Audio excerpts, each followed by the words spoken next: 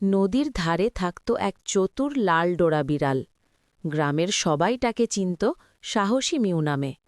কারণ সে অন্য সব বিড়ালের মতো চুপচাপ মাছ খেয়ে দিন কাটাত না, বরং অদ্ভুত সব কাজে লেগে থাকত। একদিন রোদ ঝলমলে দুপুরে সেই দেখে নদীর ধারে একটি ছোট কুমির আলসেমি করে রোদ পোহাচ্ছে। মিউ চোখ কুচকে ফিসফিস করে বলল, এ যে দারুণ সুযোগ। চুপি চুপি সে কুমিরের কাছে গিয়ে হঠাৎ লেজ ধরে টান। তার শক্ত থাবায় কুমিরটি যেন জালের মতো ধরা পড়ে গেল। কুমির অবাক হয়ে চিৎকারও করতে পারল না। মিউ হেসে বলল, ভয় পেও না, তোমাকে বাজারে নিয়ে গিয়ে বেচে দেব।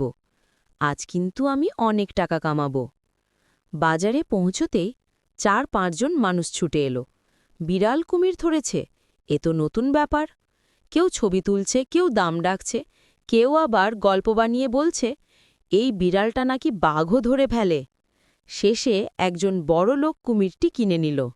মিউ বোচকা ভর্তি টাকা কাঁধে ফেলে হেঁটে বাড়ির পথে রওনা দিল। হাঁটতে হাঁটতে সে গান গাইতে গাইতে বলল, আজ তো সত্যিই ভাগ্য খুলে গেল।